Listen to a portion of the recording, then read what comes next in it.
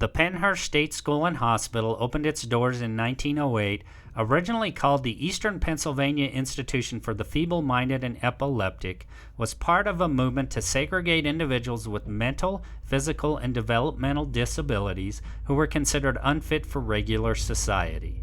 In 1913, the Commission for the Care of the Feeble-Minded stated that those with disabilities were unfit for citizenship and furthermore posed a menace to society. Pennhurst was also influenced by the eugenist movement, which aimed to reduce human suffering by breeding out disease, disabilities, and so-called undesirable traits from society.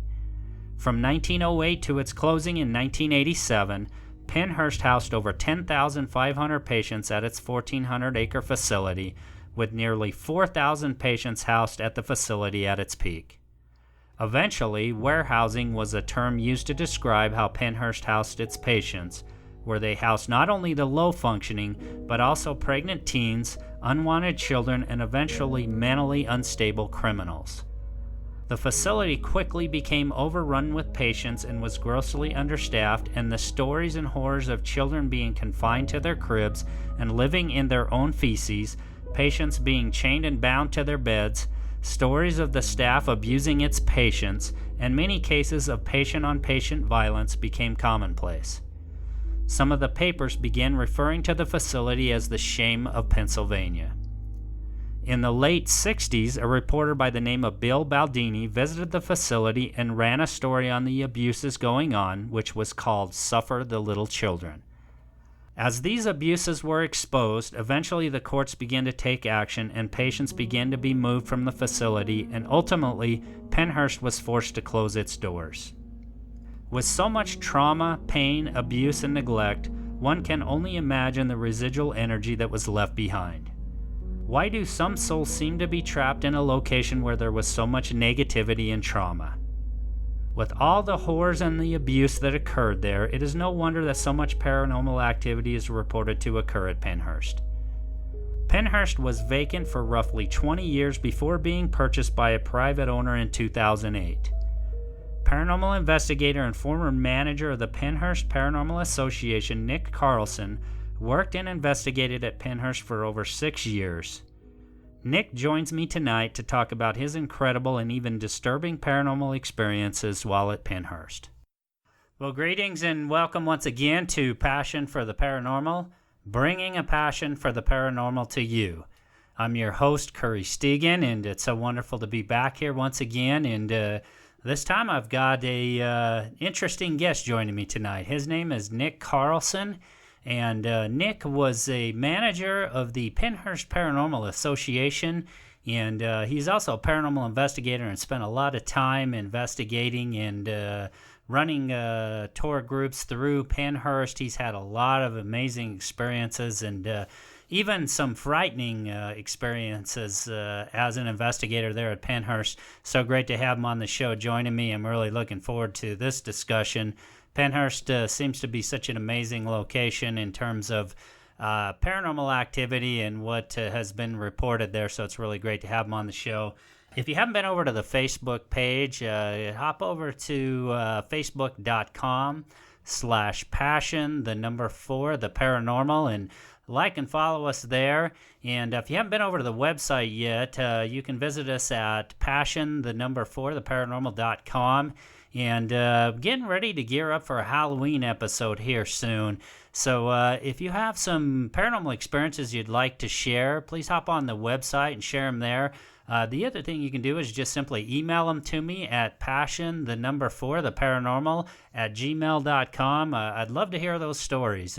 Really looking for those, kind of creepy ghost stories. It's going to be great to share some of the stories that I've already gotten from other listeners and other followers of the Facebook page has shared their experiences with me, and I'm looking for some more, so be part of the show, be part of what I really want the show to be, and that's more of an interactive show. So love to hear those experiences, share them with me. So I just gave you 2 ways to do that, and it can also be a Bigfoot encounter or UFO sighting that you had or any other strange experience.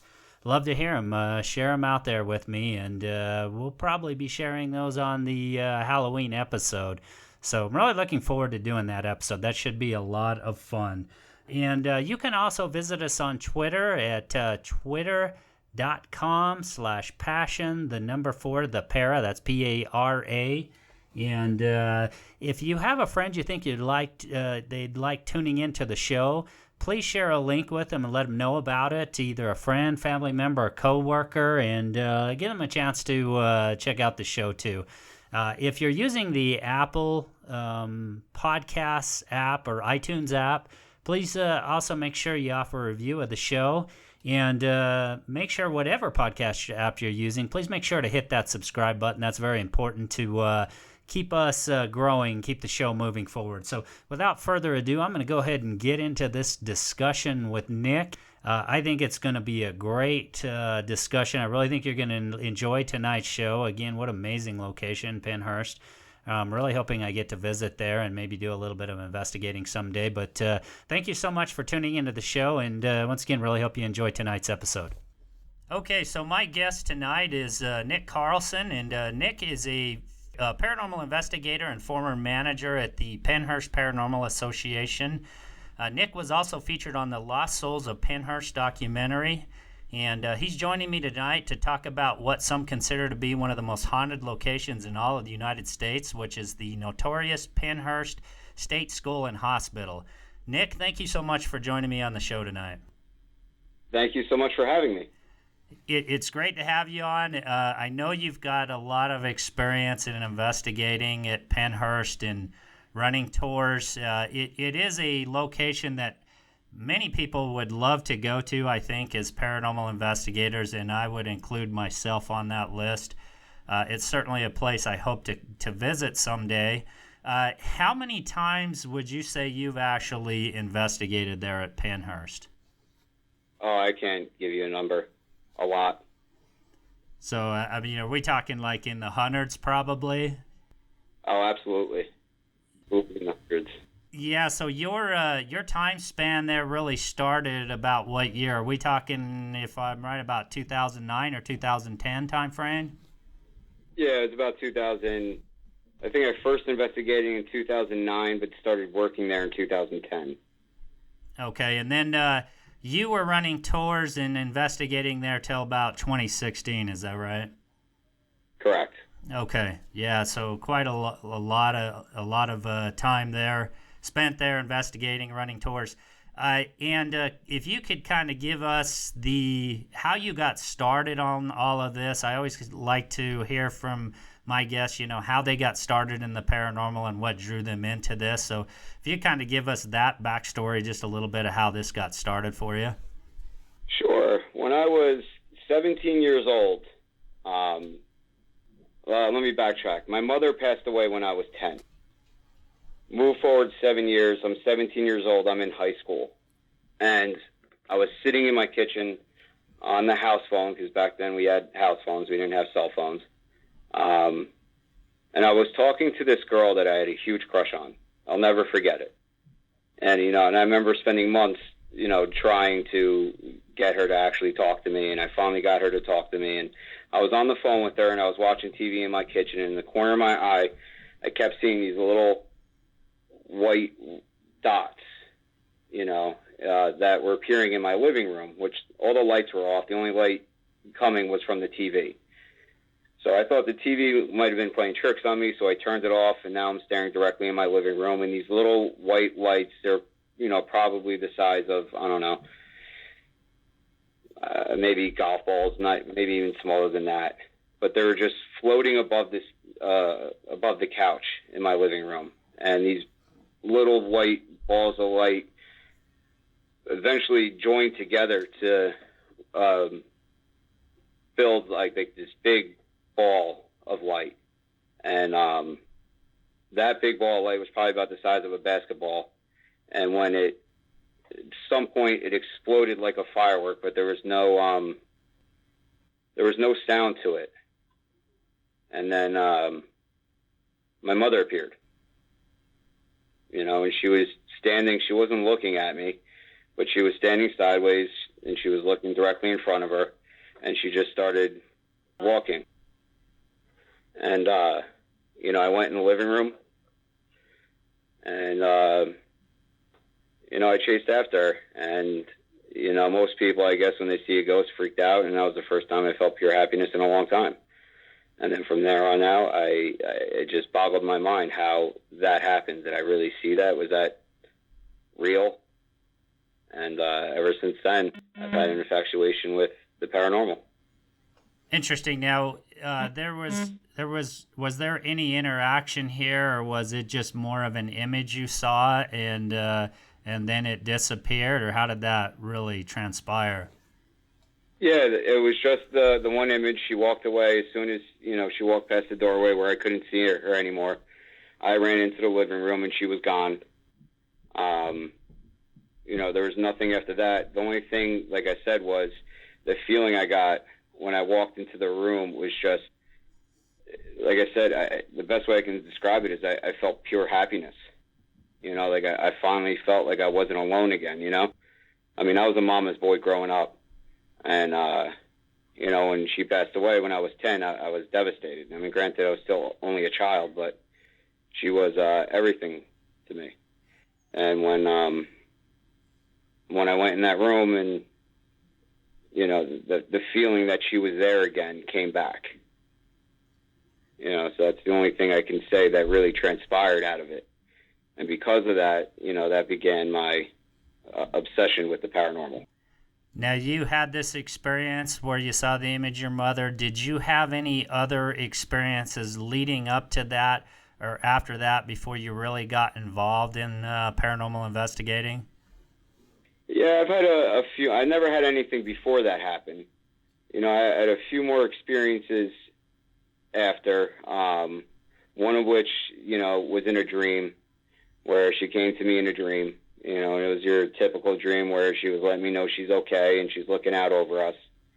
There was one particular night, again, I remember I was still in high school. I was probably 18 at this point. And I came home from it was like a Friday night. I came home from a high school party, so I know I had a few drinks in me and I probably smoked a little bit of pot. And so I probably wasn't in the best state of mind, but I was pretty coherent. And I always slept with my bedroom door halfway open. And I was laying down in bed, and my door just slowly closed all the way. So I got up, I opened up the door, I looked out, there was nobody there. I laid back down, and again, the door closed again. So I thought it was my sister or my brother, just messing with me because they knew I was out for the night. So I went in my sister's room, she was sleeping. I went in my brother's room, he was sleeping. And so I laid down again, and this time I opened the door all the way.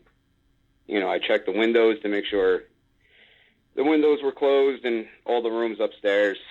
And I laid down again, and about 5 minutes later, the door closed all the way again. And I just left it and went to sleep. And again, I had that feeling of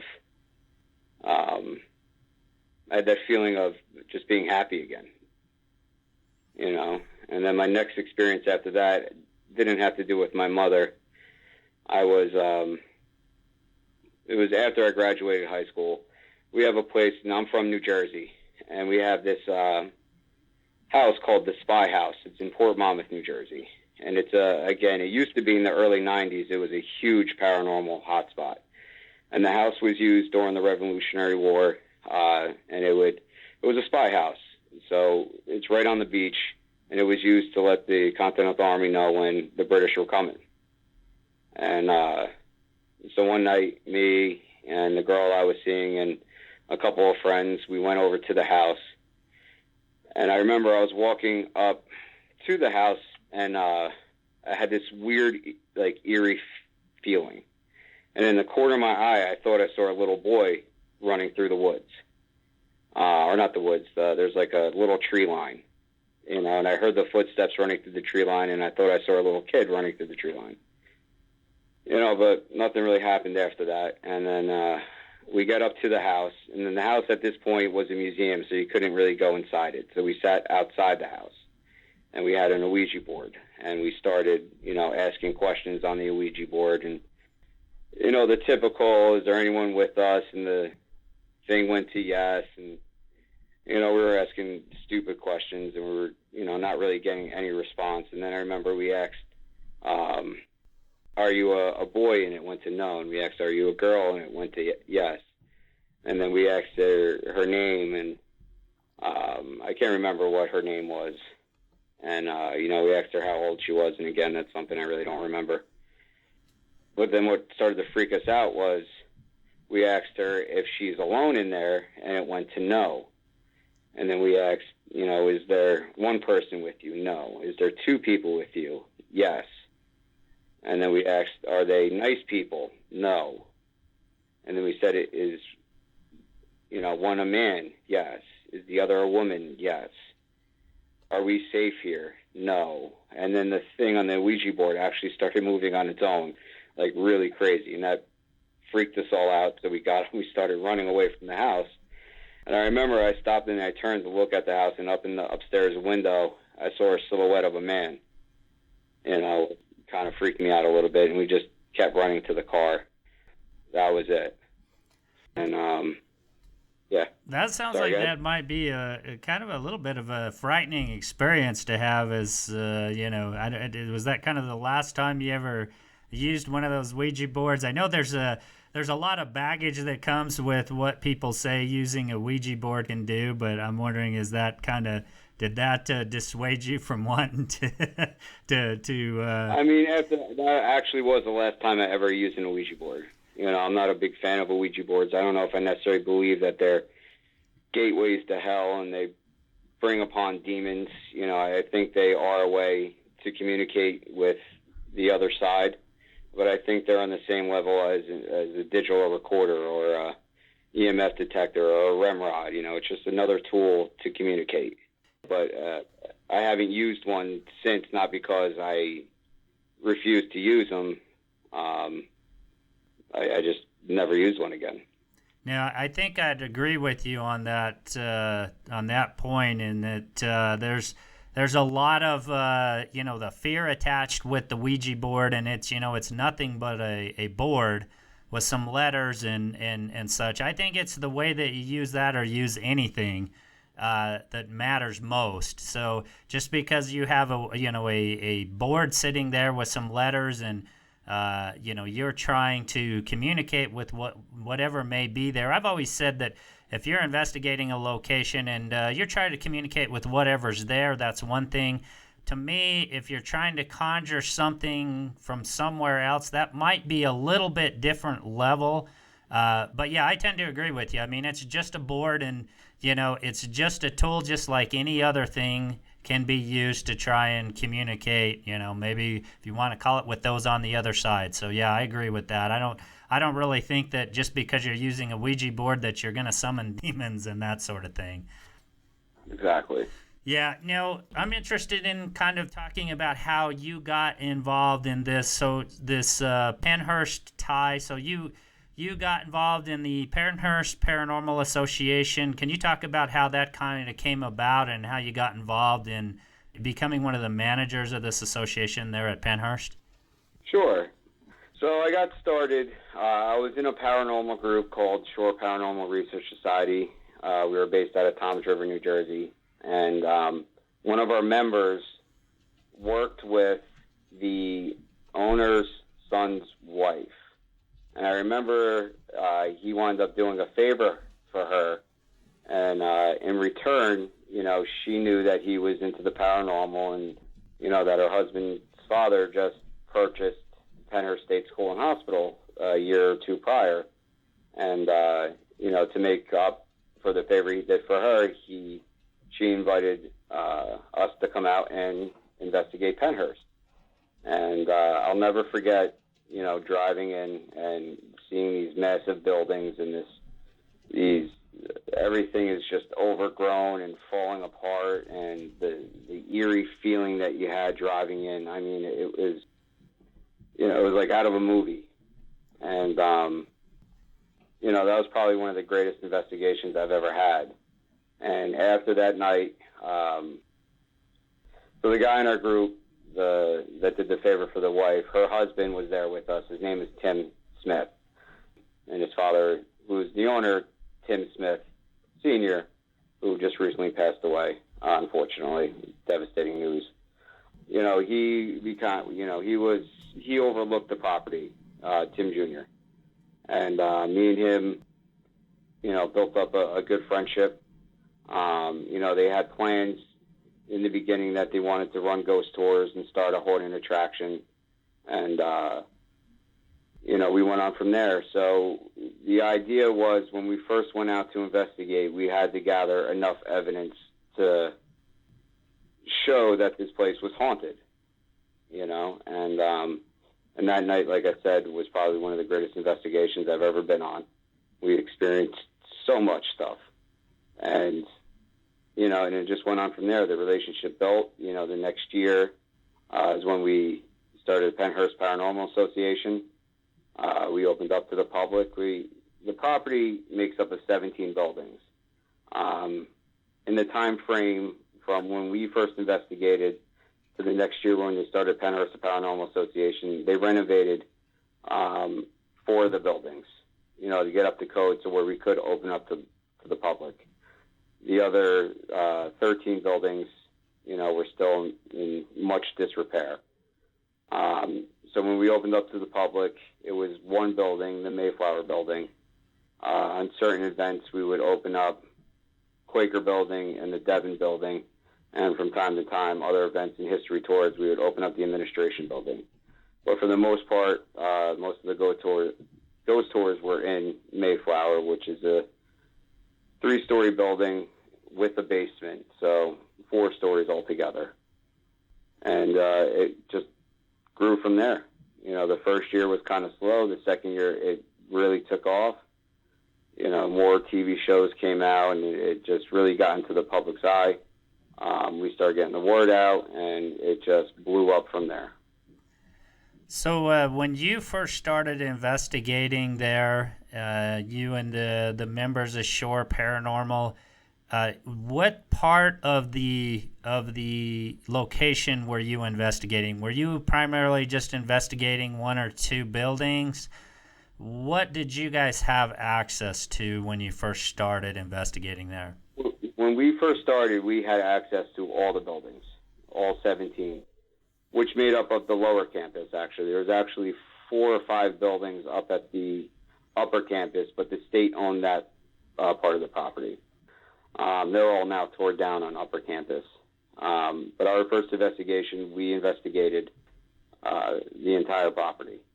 And we actually investigated, I think, 2 or 3 more times between, you know, the first time and before we started Pennhurst Paranormal Association.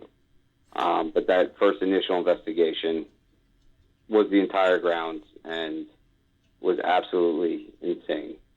It was awesome. So that's a lot of ground to cover, because my understanding is we're talking about over 100 acres in the location. So was there some areas that you focused on, some buildings that you focused on that you or the owners thought were probably the most active, or did you kind of just, you know, investigate across the entire 17 buildings? Did you focus on any areas? And based on that, did you gather evidence at particular locations? No, see, the owner had no idea. And I'll never forget that Tim Jr., you know, he was terrified of going into the buildings. When he actually took us around the campus, he refused to go into any of the buildings. He did walk with us through the tunnel system, and that's how we had to get access into the buildings. But he came out, you know, he showed us around, he let us know where all, you know, how to get into each building, but he knew nothing of where hotspots were, where we were going to get the most activity. It was our group that, you know, after 2 or 3 times of investigating, we started to figure out where the hotspots were. So talk to me a little bit about early on investigating. What were some of your most profound experiences that led you to believe that certain spots were the hot spots? So Mayflower, like I said, which is the building we opened up to the public, that was the building that we always caught something in. I remember the first night there, we were upstairs on the third floor, and we just kept hearing children running up and down the halls, and then we would, bang on the walls and try to get them to bang back, which we always got great responses. Downstairs on the first floor, we made contact with this little girl. Her name was Emily, and it seemed like almost every time we went out, we were able to communicate with her, and we were usually able to communicate with her through audio recorders, and we would get very clear responses. And the same thing down in the basement. We would always get a lot of activity, especially from one spirit, which I guess I'll talk about as the time goes.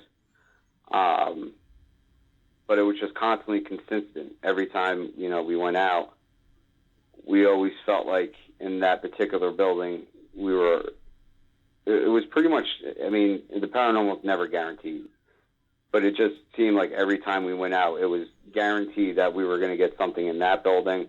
We were guaranteed to get something in the Quaker Building. We were guaranteed to get something in the Devon Building.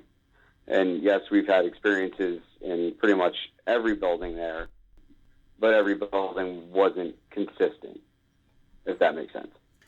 Yeah, absolutely. So talking about the history here, on these buildings that you mentioned, so Mayflower and Quaker Building and Devon Building, I know from kind of listening to one of the documentaries, I believe the Quaker Building was where they housed some of the most violent type people. Is that correct? Or if my memory serves me right, there was some of the most violent people were housed there.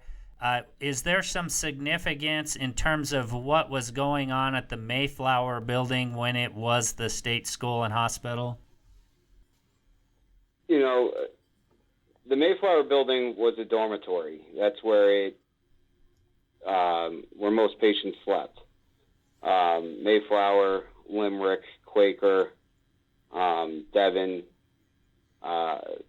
they were dormitories. That's where patients would sleep. And then you had buildings like Philadelphia, Rockwell, Industry. Those were schools. And then you had Wilson 1 and Wilson 2, which was the hospital. A lot of people, yes, we found documentation on, staff on patient abuse.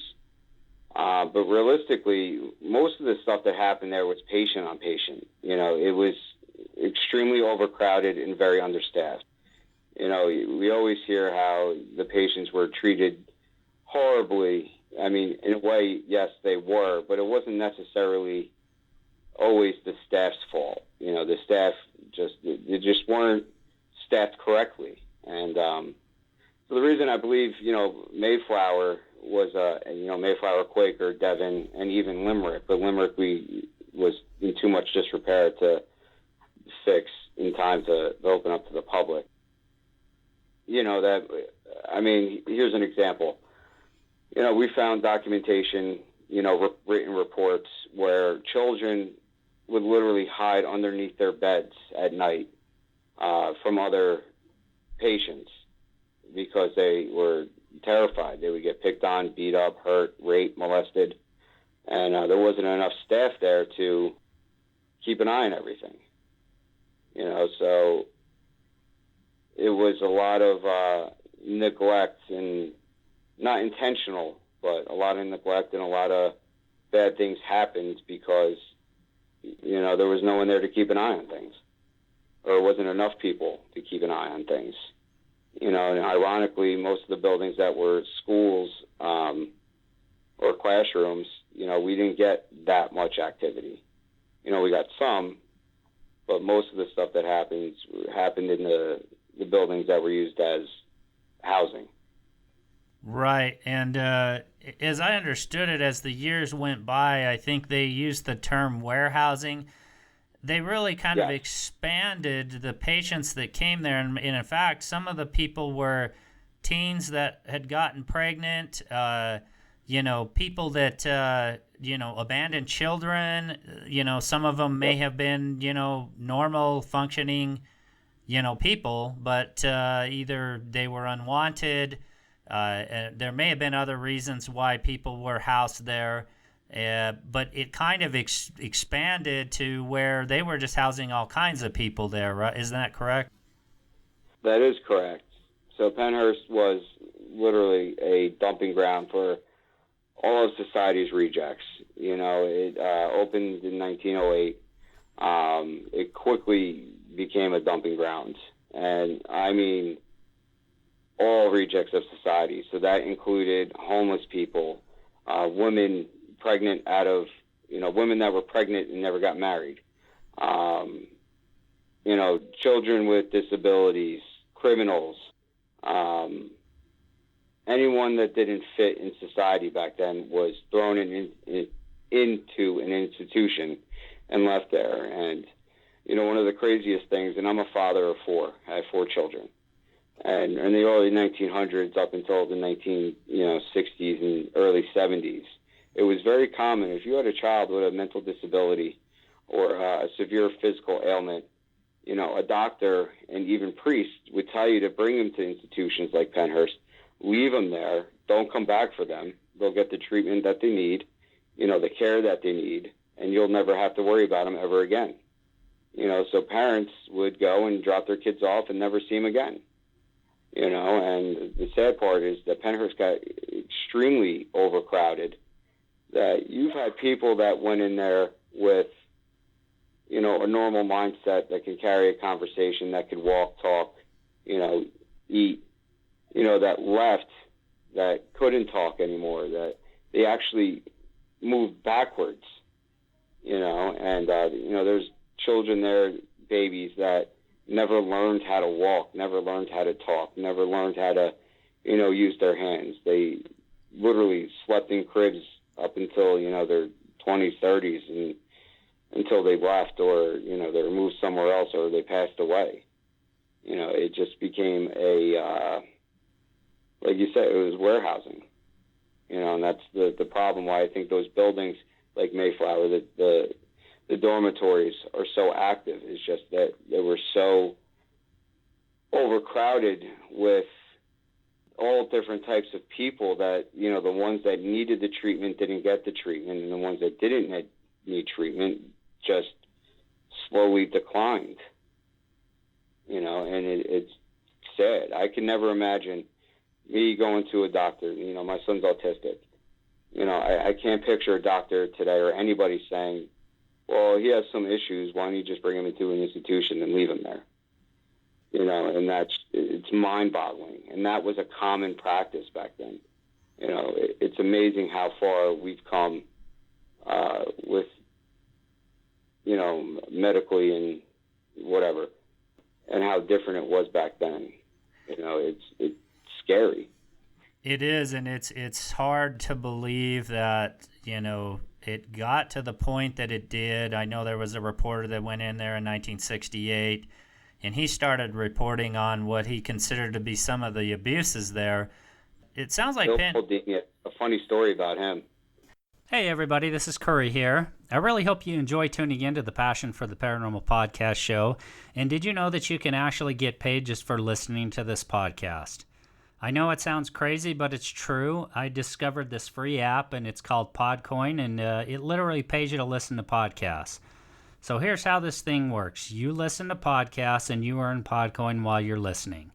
Then you turn that PodCoin into gift cards at places like Amazon or Starbucks, and if you're a really good person, you can even decide to donate that PodCoin to charity. And the more you listen, the more you're going to earn.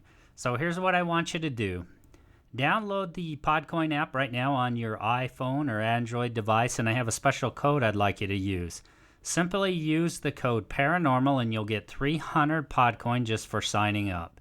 And if you listen to enough of us on there, you can get a cappuccino at Starbucks or an Amazon gift card on us. So go ahead and go listen to this podcast or virtually any other podcast on PodCoin and sign up again with that special code PARANORMAL.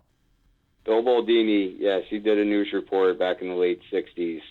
And, it was actually because of him that really started the civil rights movement for the mentally and physically handicapped. I remember, because we interviewed him while I was working there, and his cameraman, and he was telling us that, he got wind of what was happening inside Pennhurst. So he drove over there to kind of see if it was true. And, he walked around the campus and he went into a few of the buildings and he saw the craziness that was happening. So he went to the administrator's office and he told the administrator he had two options. He said, option A is you can let me in here and, tell the world what is happening inside these institutions, and I'll give you the opportunity to explain yourself. Or we can go with option B.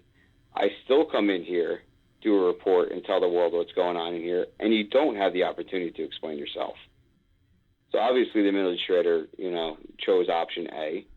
And I remember speaking to the cameraman who was a Vietnam War vet. And, he said out of all the crap that he saw overseas fighting for our country, doesn't even come close to the horrors that he saw behind those walls at Pennhurst. He said he walked in and walked out in less than a minute and threw up everywhere.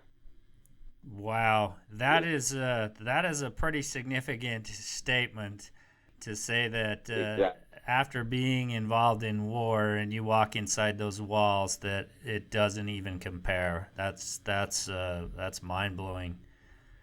And it's crazy because places like Pennhurst, they were a self-sufficient community. They were completely closed off from the outside world. They had its own power plant, its own fire department. They grew their own crops. They had their own general store, its own currency. I mean, it was completely its own little society, completely cut off from the rest of the world. So when Bill Baldini went in, his broadcast was a local Philadelphia broadcast. But it was because of him, Geraldo Rivera, saw what Bill Baldini did. And Geraldo Rivera, back in the 70s, did a same thing, did a news report on Willowbrook in New York. And, that was nationally televised. And it was from there what really started, like I said, the civil rights movements for the mentally and physically handicapped. And it was from those broadcasts that started these institutions to, shut down and move these places in more into, group homes and, get more help and treatment that they need, as opposed to just being housed somewhere and left and forgotten.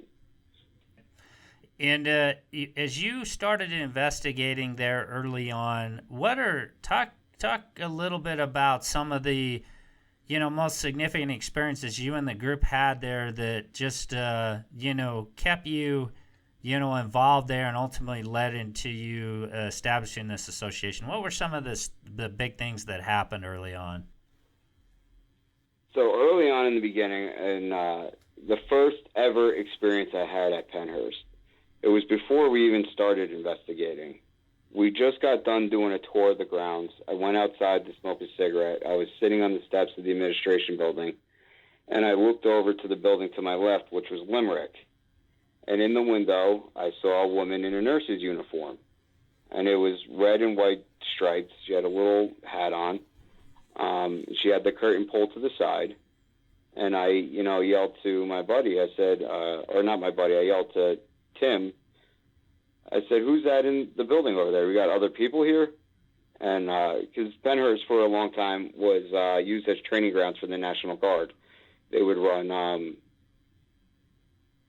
certain exercises, but mostly was done outside.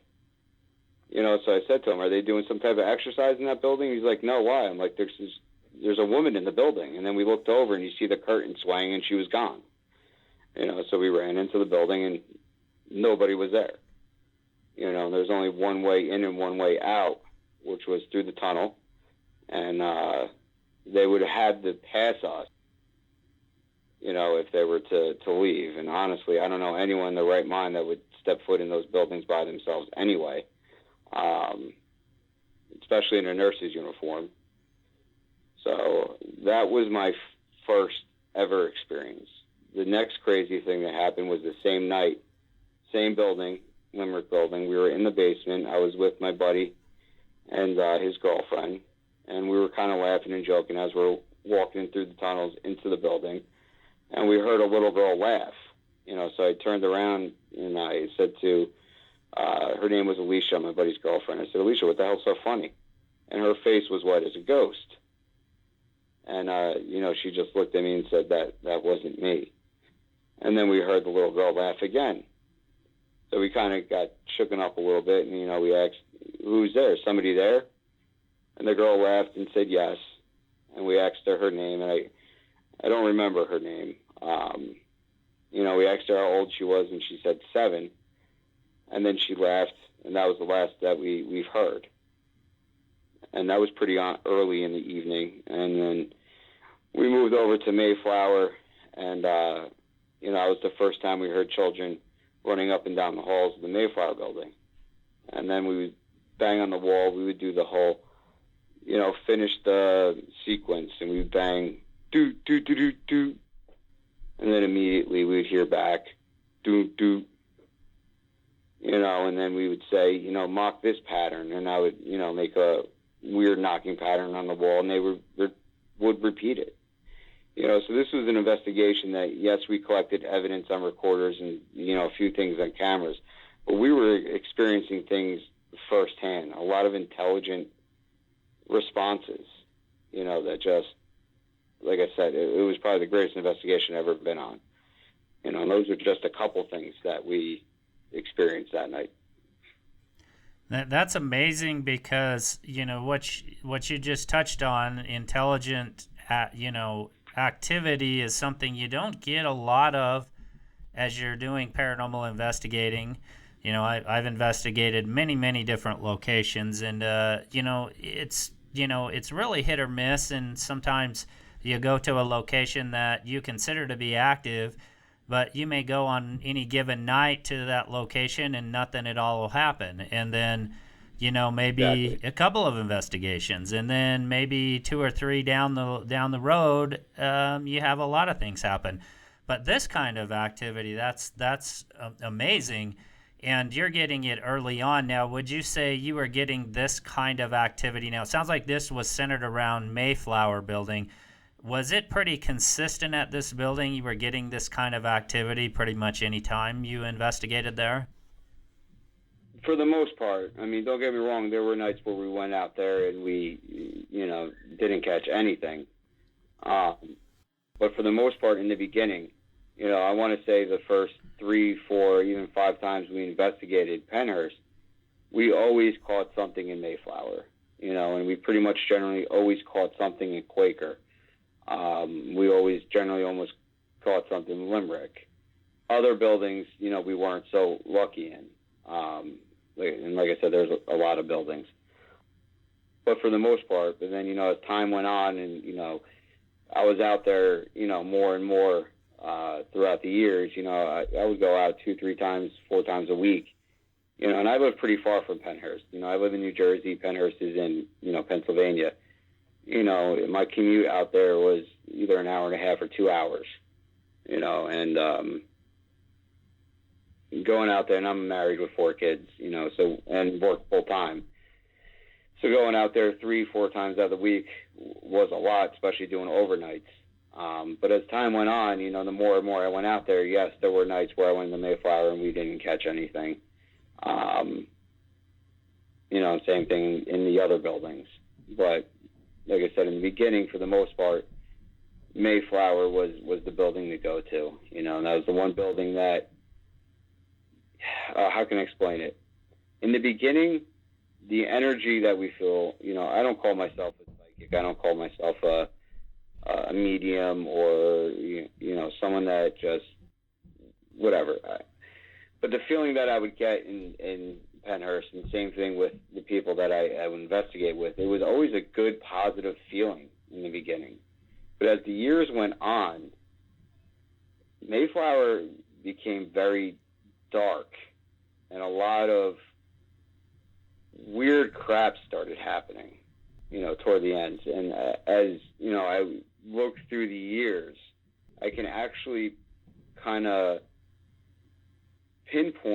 not pinpoint, but I can see how in the beginning something bad was there that never came out, but through the years really started to make itself known, to the point where, towards the end of my time there, a lot of the energy changed. It became very dark and very eerie, and the experiences started to become very scary, I guess.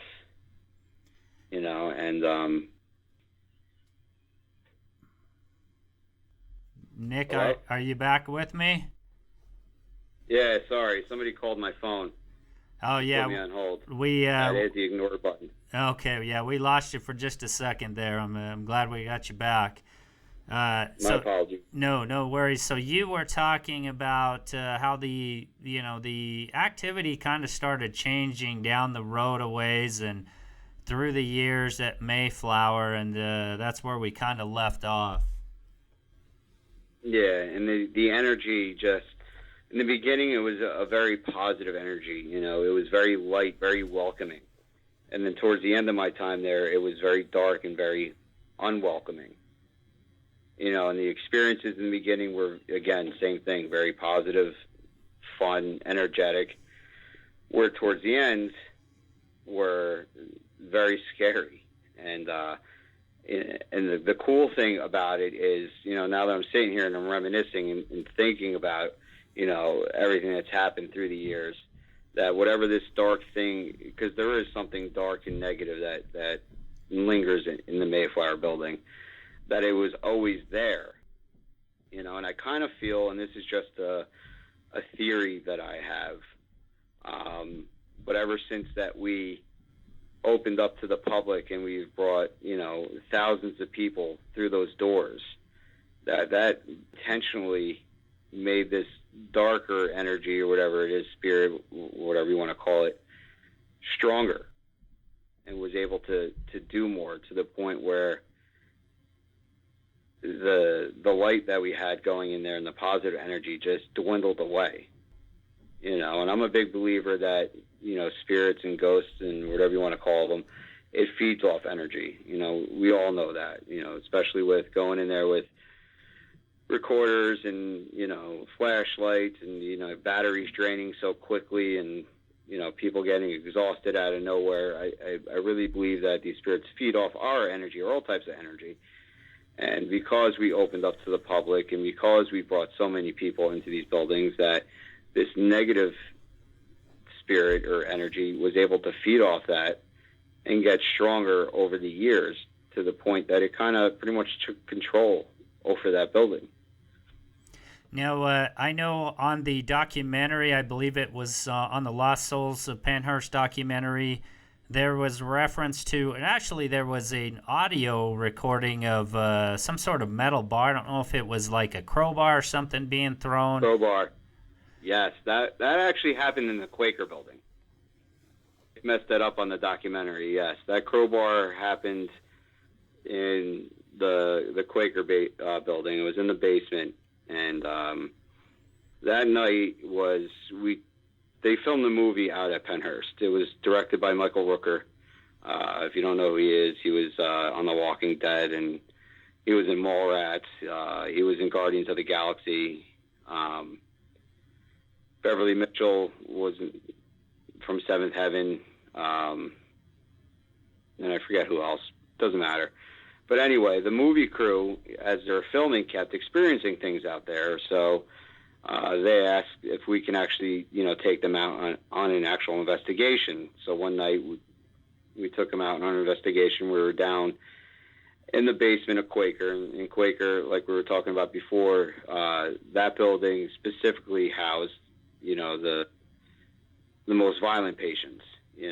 Patients were put in there to be punished.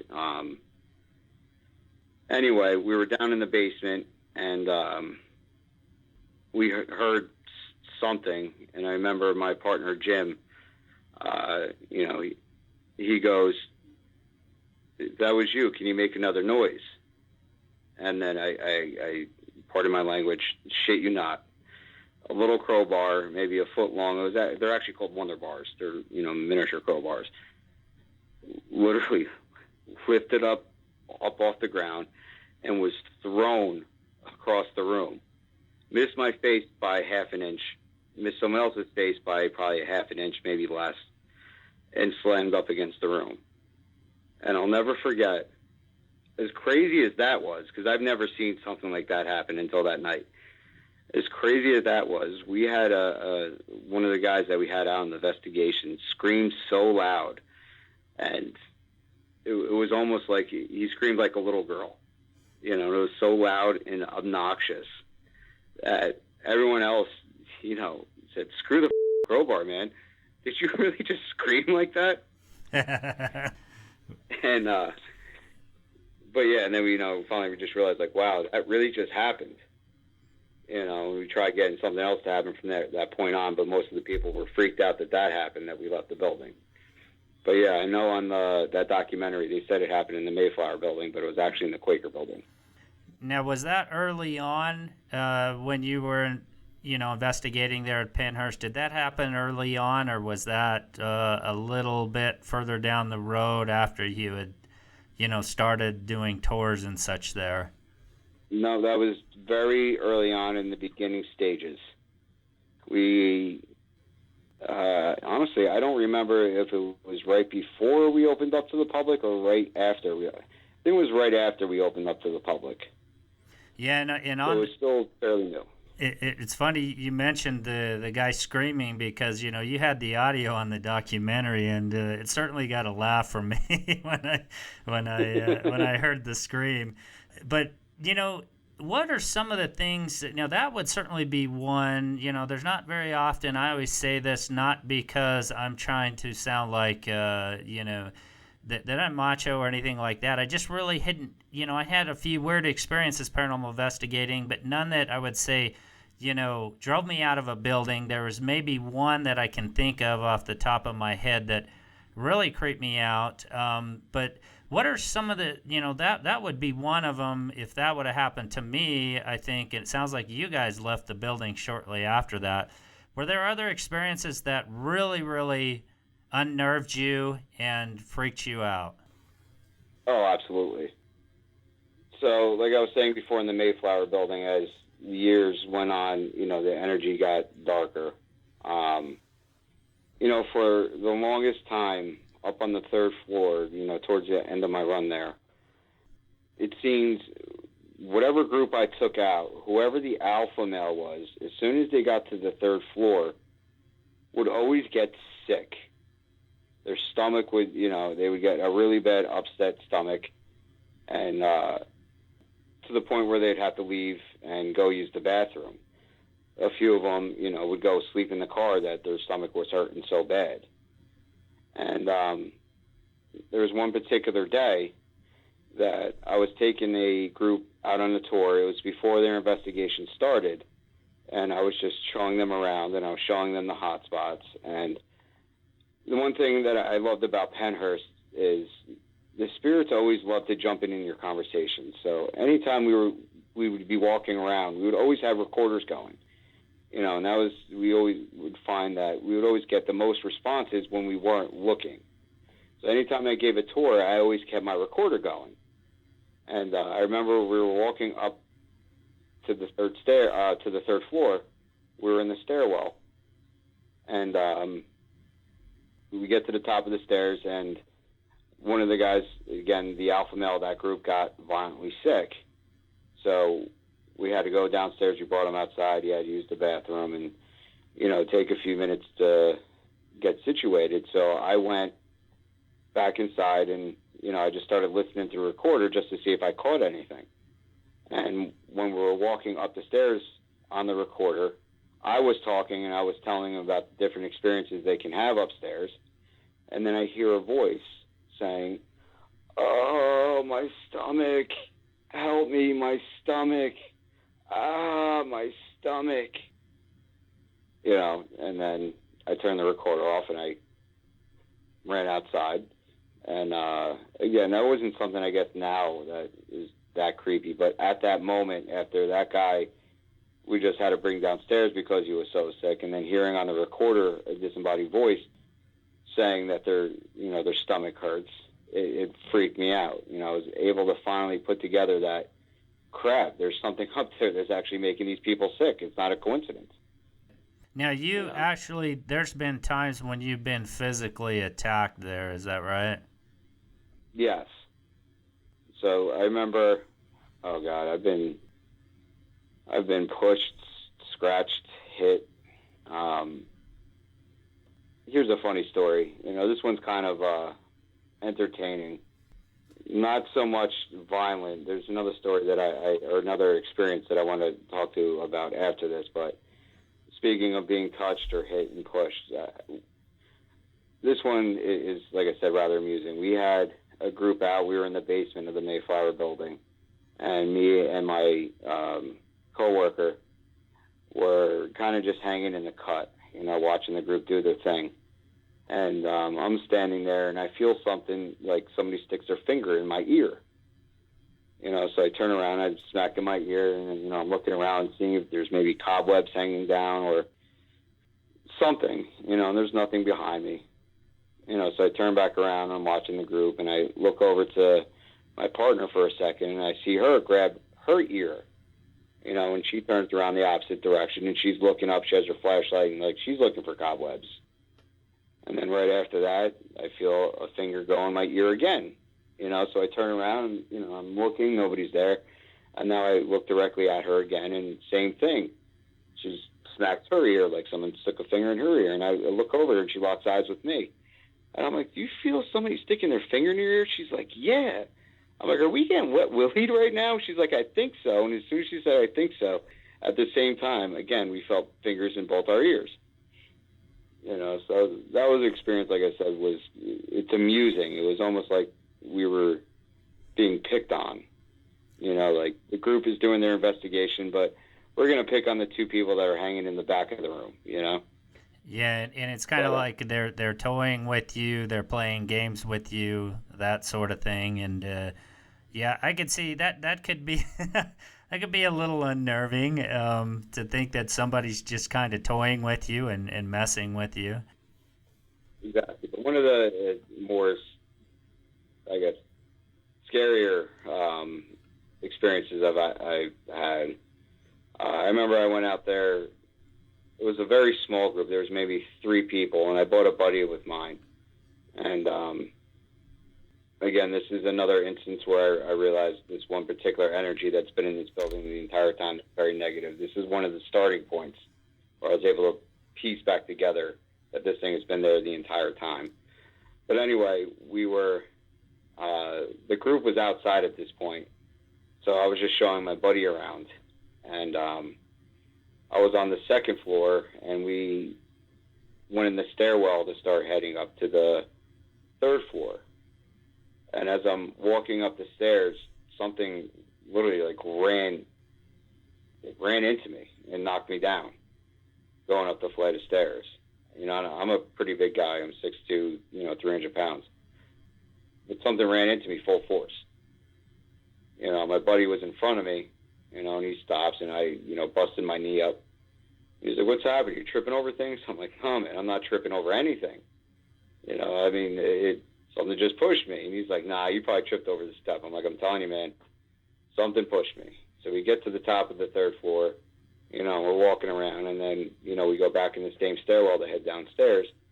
And, thank God I was towards the bottom of the step. But again, something ran in me and knocked me down the stairs, where again, I busted my other knee. So within an hour, both of my knees are all busted up and scratched up, and my elbows are, messed up. But yeah, something did not want me in that stairwell.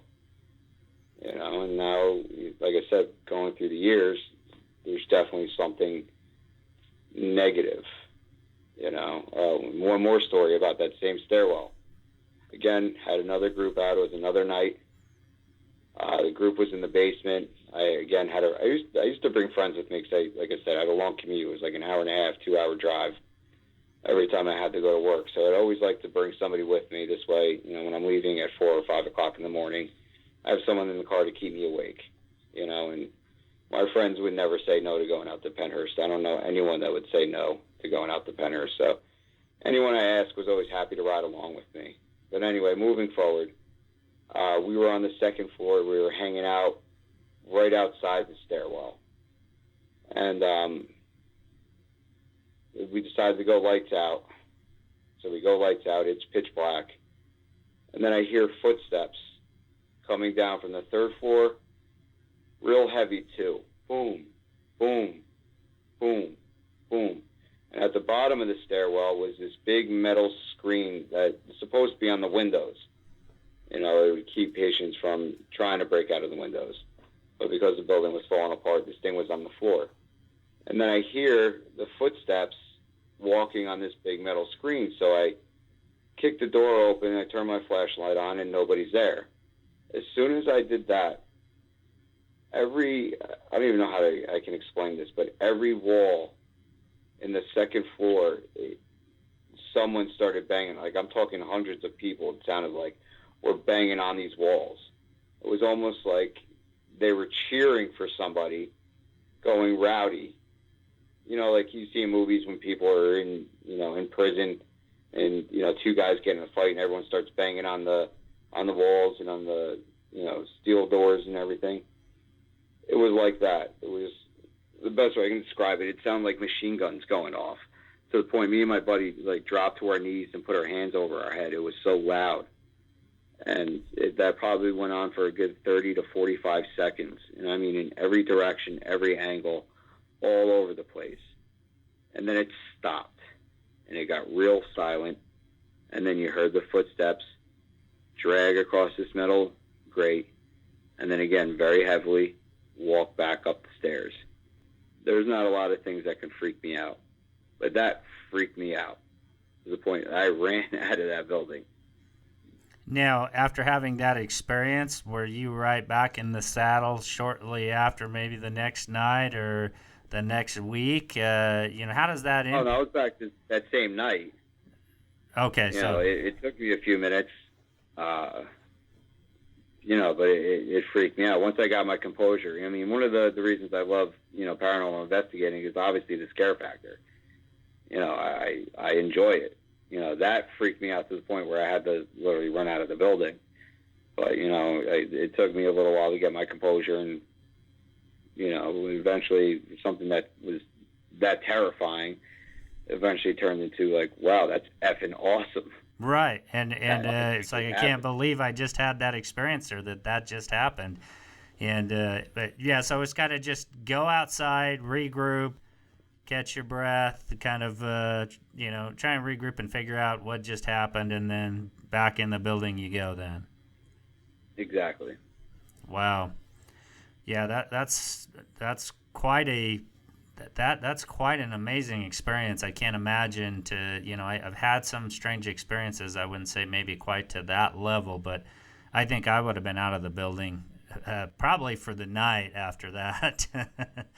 But you referenced in another interview, you got to know some of these spirits.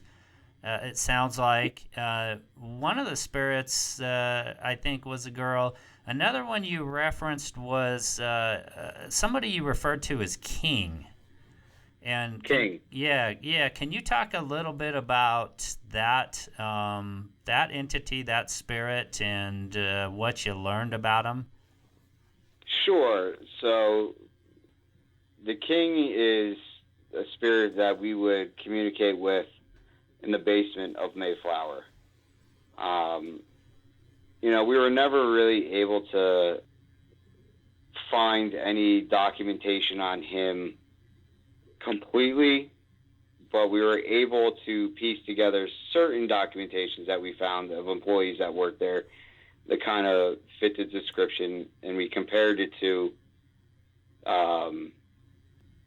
things that we've captured on audio recorders, and using mediums and stuff like that. But the way he got the nickname the King,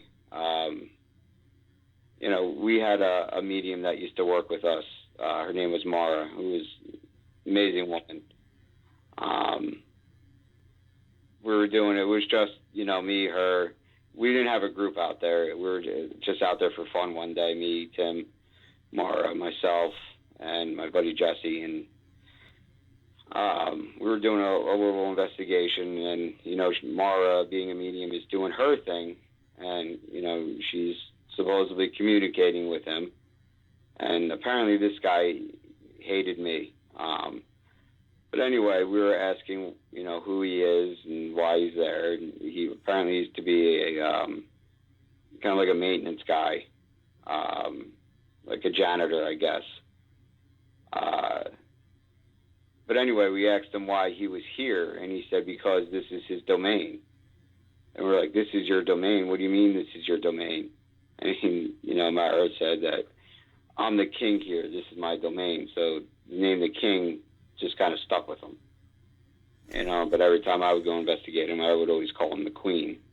And he would not like that. But anyway, we were able to, kind of put two and two together, as far as finding old documentation and, comparing it to our findings. That yes, he was a janitor of some sort, or some type of maintenance man. He worked there, probably between the 40s and 50s. But his big thing is, he supposedly liked to molest children. And we, found, I'll never forget, this is probably one of the most emotional experiences I've ever had at Pennhurst. Not that I would ever feel sorry for anyone like this, but I remember, we were doing an investigation and we had the recorders going, and I was asking questions, kind of in a provoking manner, because I'd love to provoke him.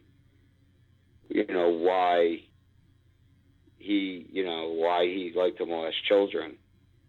And, we got an EVP back saying, no one loves me. So my response to that, kind of, what do you mean nobody loves you? Were you ever married? And we got a response, no. And the one thing I think I asked, did you ever have a lot of friends? No.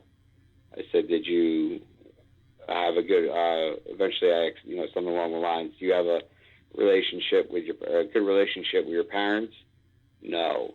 And then, I asked something along the lines, were you picked on? Yes. And then I started saying, so you molesting children, does that make you feel like a man? Yes. So you rape children because you wanted to feel like a man. And his response again was, yes. Wow. So there was one of those investigations, and that just was very emotional. Yeah, absolutely. Anytime. The recorders that we use, I don't know if the old Panasonics, where they're able to, they only record when somebody's speaking, so we're able to kind of they're not, RT video or digital recorders, but, they have little red lights on them that blink when no one's talking, and the red light goes still when someone's talking.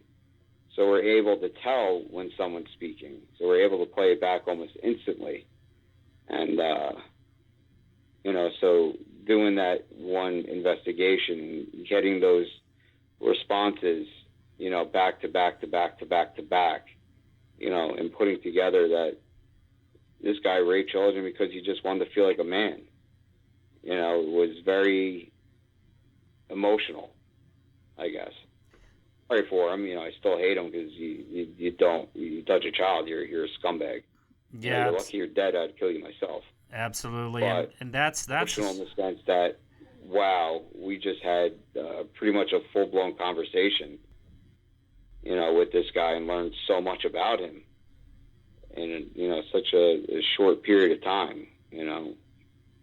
Yeah, it's amazing in the sense that you were able to tie that back to a particular individual through the historical research and based on the evidence that you captured, but nevertheless very disturbing and just horrible to think about that this individual would have did such a thing, that would have committed these kinds of acts against young children. Yeah, that's very disturbing, and I could certainly understand how that would be emotional as well. But nevertheless, that's some amazing evidence that you guys captured out of that. Yeah, it was.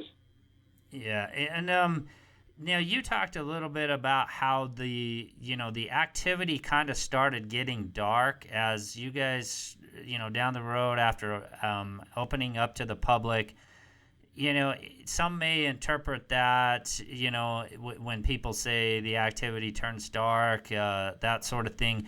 I mean, is it anything along the lines of what some may call the demonic, or how would you kind of describe how that was, that dark energy, and was it some of this associated with the individual you just talked about? I would say yes. If I was to describe it, the best way I would say is demonic. I've had few mediums come out. Either we brought them out or groups brought them out. Everyone has said the same thing. Whatever it is, it never resided there. It never, how did they say it? It was never that, like, it never lived at Pennhurst. It was never from Pennhurst. But whatever is there now was kind of brought there, I guess. All the negative crap that's happened throughout the years in Pennhurst brought this thing there, is pretty much they would say. Not in those words, but so much in those words, I guess. I don't know. That, yes, the best way to describe it is if you believe in demons, then yes, that's what people would call a demon, I guess. I don't know. I really don't believe in demons. I believe in negative and positive. That thing is negative. It's not from this plane. It's not from this world. I've heard other mediums say. It's just a very dark, manipulative spirit, I guess. Yeah, and do you think it's gotten to the point where, because you left there in 2016, I want to talk about the new ownership too a little bit, but do you think it got to the point where it really became an unsafe place for people to go and investigate? There were a couple experiences where I would say yes, that it's gotten to that point. One in particular experience that we had a group out there where the best thing was the guy, the alpha male in the group, it's almost like you won't believe it. He was in the bathroom, and out of nowhere, he started grabbing at his throat like something was choking him. And some people say that they saw his feet leave the ground, that he was up in the air a few inches. I didn't see his feet leave off the ground, but I wasn't looking at his feet. But I did see him grabbing his throat, and gasping for air. And that went on for a good 30 to 45 seconds. And when he finally, came to, we literally had to drag him out of the bathroom for it to stop and run downstairs. So yes, it kind of gotten to the point where it kind of became dangerous. There was another experience that happened with myself. I was on the third floor. I had a group. I was sitting down the chair. I was looking down, this one hallway, and at the end of the hallway there was a window with a little bit of light coming through, and every once in a while or not every once in a while, but there were times where we would see people walk past the light coming through the window. So I had this group, and I was sitting down on the chair, and next thing I thought I fell asleep, because when you're investigating, sometimes it just gets boring when nothing's going on, and you kind of just nod out. So I thought That's what I did, and I woke up and I saw my flashlight was on the floor and my recorder was on the floor. So I pick it up and it's like, sorry guys, I must have nodded off, and I, turn around and they're all huddled in the corner about to call 911. And I'm like, what are you guys doing? They're like, Nick, is that you? Yeah, it's me. Who else would it be? I didn't go anywhere. And they were like, you were just staring into space at nothing. We couldn't, you weren't answering us. You weren't saying anything. You were just in a deadlock stare. And I'm like, no, I'm pretty sure I just nodded out, man. I'm tired. And they're like, no, your eyes were open. You were not, coherent. You were just sitting there staring. You dropped your flashlight. You dropped your recorder. You weren't answering. It just got to the point where we were going to call 911. We didn't know what to do. I'm like, are you serious? And they said I was that way for a good 5 to 10 minutes. Wow. I wanted to talk a little bit about, because I think you left there and your guys' operation closed up 2016 and new ownership took over. Have you been back to the location since then? And, that's my first question. And the second part of it is, what do you think about how it's being run now and what's going on there? Well, unfortunately, I have not been back. We've had a falling out with new ownership. So the plan was, when the new ownership took over the property, that Pennhurst Paranormal Association was still going to run and operate all the paranormal tours, history tours, and photography tours. We knew the property was going to be sold for a while. The new owners kept coming on the property, and, we had a very good relation, or what we thought a good relationship with them. As the time came where the deal was getting very, very close to happening, they started doing their own things, bringing their own people out for photography tours, and we were seeing online that, different groups are going out there for photography and history tours. So, me being the manager, I called my boss, hey, what's going on with this? Why is, isn't that our job?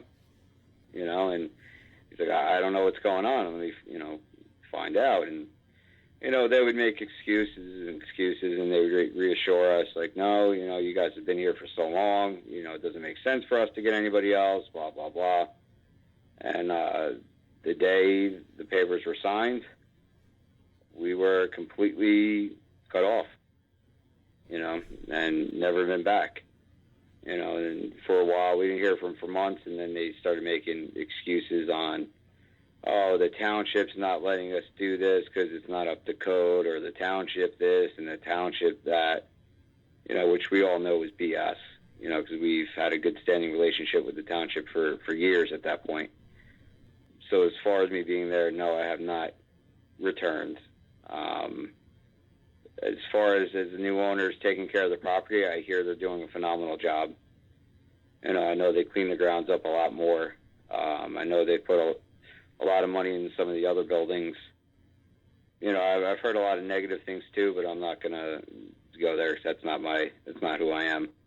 For the most part, I know they just had a huge Paracon out there in July. That went extremely well. A lot of great celebrities went out. Johnny Zaffis, Grant Wilson, Amy Bruni, Chip Coffey. Apparently they're still doing big things out there, and they're still, respecting the property. So that's all I care about. Sure. Now, has this changed the accessibility of people who want to go there and, say, investigate, do tours, that sort of thing? Has it become less accessible for people, say, like me? I'm in Utah. I'm clean across the other side of the country. But, somebody who, like me, who would love to go there someday and experience it, is it a lot harder at this point now that they're doing haunted tours and haunted attractions? Do you think it's less accessible, or what would you say there? I don't know if I would say it's less accessible. I know when we worked there, we also had, or we didn't, it was a separate entity that ran the haunted attraction, which is one of the biggest haunted attractions in the country during Halloween season. But the haunted attraction season ran from September to the first weekend in November, and then the rest of the year was for the paranormal history and photography tours. As far as I know today, the haunt season is still the same, September to the first weekend in November. But as far as the paranormal tours, I think that window closed a lot. I think the time frame where you can go out is no longer the same. Like, we would generally, when we work there, you can come out any night of the week. Monday, Tuesday, Wednesday, Thursday, Friday, Saturday, Sunday. Now I think they only do it on the weekends, and it's only, a couple months out of the year, which I believe is in the summertime. Interesting. Now, do you know if they still have the tunnels accessible, or I thought I'd heard that they are no longer accessible to people going to tour there? I'm pretty sure it depends. When we ran the tours, it was certain events that we allowed people in the tunnels. Usually if it was just a regular ghost tour, you were just allowed only in the Mayflower Building, or some tours you can go in the Devon Building. But we always kept the tunnels off limits, not because we didn't want to bring people down there. It's just, one, it wasn't safe. The tunnels, as amazing as they are, a lot of asbestos down there, and holes that you can't see, and part of actually the tunnel system is part of the haunted attraction. That was another reason why it was closed off from the public. But as far as I know now, I actually think they opened part of the tunnels for the ghost tours. Okay. I'm not saying that's 100% correct, but I have heard rumors that, yes, part of the tunnel system is now open to the public. When we did it, there's it wasn't open, but certain groups would get. We're back. Yeah, no, and I think we're kind of wrapping up here.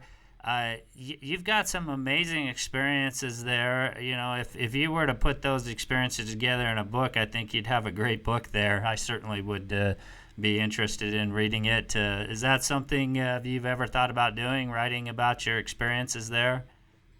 Everybody says that to me, that I should write a book. It's never been an interest to me, but I think that maybe I should. Why not? What do I got to lose? Yeah, I mean, that's amazing experiences, a lot of years of experiences you've had there at the location. It is for a lot of paranormal people, I think, probably throughout the world at this point. I mean, it seems like such a famous place now with, the paranormal shows going there, Ghost Adventures, Ghost Hunters, that sort of thing. And then, the documentaries, you were featured on one of them. I think it's made it a pretty popular place, quite a paranormal hotspot and interest area, if you will. It's a place that's always fascinated me in all I've heard about it and read about it. Hey, Nick, I really appreciate you joining me on the show tonight and talking with me about your experiences, everything that's happened with you there. Again, it was quite an amazing discussion, and really great to hear some of that, some of your experiences there. I can't think of anything, some of my experiences pale in comparison. I have had some interesting experiences as an investigator throughout the years, and wow, that's amazing, and certainly makes me want to go and visit someday. I hope that I'm able to do that and be able to at least tour and maybe be able to see some of the buildings there. Certainly would be a bucket list. It certainly is a bucket list place for me, as well as going back to Gettysburg. Yeah, absolutely. I hope one day you get to experience it, man. It is amazing. Yeah, sounds like it. Sounds like it really is. Hey, once again, Nick, thank you so much for joining me on the show tonight. It was great talking with you, and maybe down the road again we can talk again. Absolutely, man. I love it. Thank you so much for having me. All right, you bet. Have a great night. What's left of it. Thanks, man. You too. All right. Okay, so big thanks to Nick Carlson for joining me on the show tonight. What turned out to be a relatively lengthy interview, but I think it was an interesting one. And overall, Pennhurst seems to be quite a interesting place to go and to try and do some investigating and to just even to go and tour the facilities. It sounds like it would be quite an experience. And I really think this is a bucket list place for many investigators who have not been there before, including myself.